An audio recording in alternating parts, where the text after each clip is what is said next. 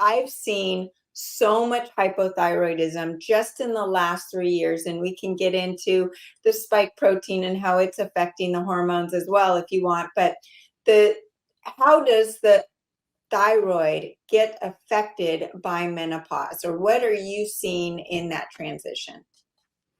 Well, thyroid disorders are much more prevalent in women than in men. That is very true. And when we have loss of estradiol, our thyroid hormone works less well. It turns out that estradiol, the estrogen from the ovaries, actually upregulates or facilitates the function of thyroid receptors. So every hormone works by binding into a receptor. So it's like the receptacle. And then things turn on and all kinds of processes occur in the cell.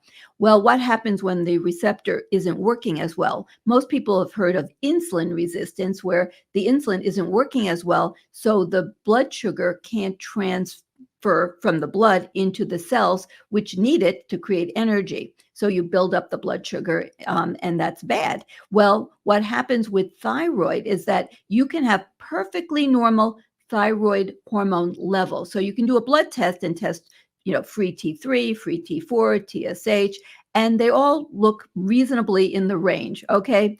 So I don't like to call normal, you can call optimal, but they're actually looking okay.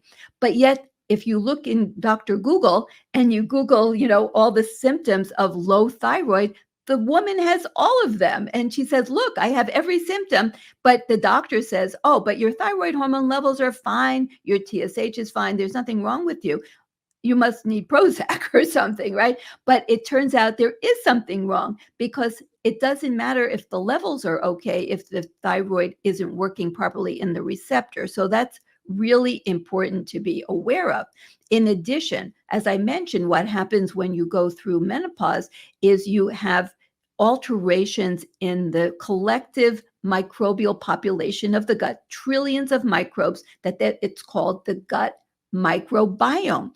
And when this happens, you have alterations of the protective mucus coating that protects the lining, the epithelial lining, which is just a single layer of cells, and it has this mucus protectant. Well, that mucus protectant dissipates, and then the toxins that are in the gut get right up to the wall of the lining of the gut and cause the breakdown of the little fibers that hold the cells together with what are called tight junctions. So it's not fused, but they're very tight to keep things from just flowing out from in the gut into the body itself. So the cells start to drift apart, which we call impaired gut barrier or leaky gut. So the contents of the gut that are kind of toxic, they're not supposed to be leaving the gut and going into the body. It's like a tunnel going through a mountain. You're in the tunnel, you're not in the dirt and the rocks of the mountain, or like a drive-through through a restaurant or something, or a bank.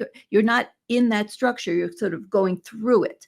And that's what the gut is supposed to go through, and its contents should not enter the body itself. But this is what's happening, and they call them LPS, lipopolysaccharides, or endotoxins. And when that happens, it triggers all of this inflammation.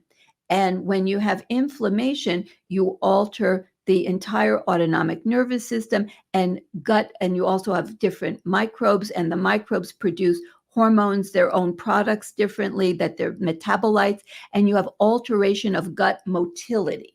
So that's why gut motility problems are very common. After menopause, women often have a lot of GERD, gastroesophageal reflux. They have more problems with digestion. They have more constipation.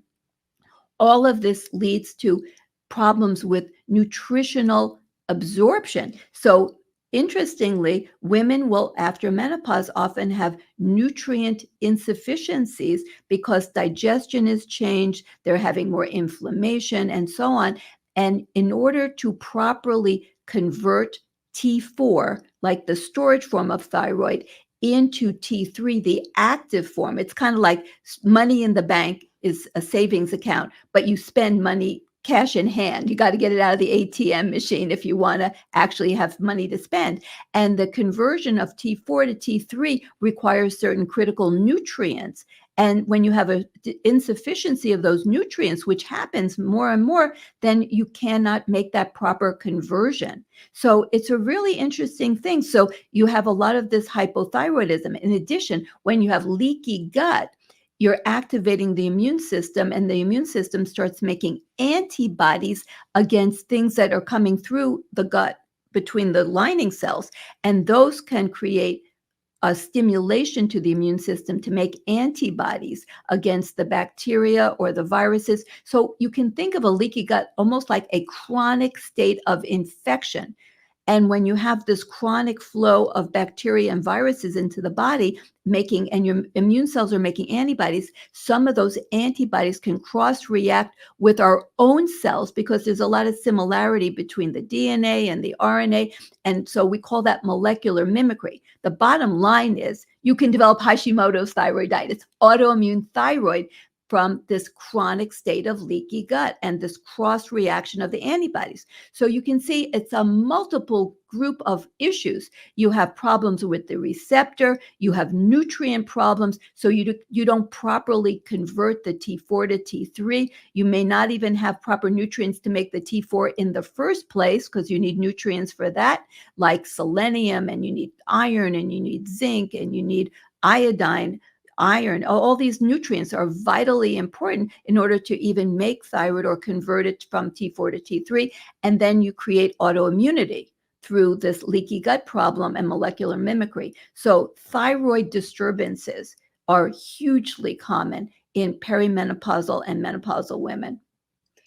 Wow, the way you explain it, I just love it because there's so many people suffering from leaky gut. And I have even close friends that come to me and they're 48 to 52 saying, Sara, I used to be able to eat everything and now I'm so bloated, I'm constipated. What's going on? My hair's falling out.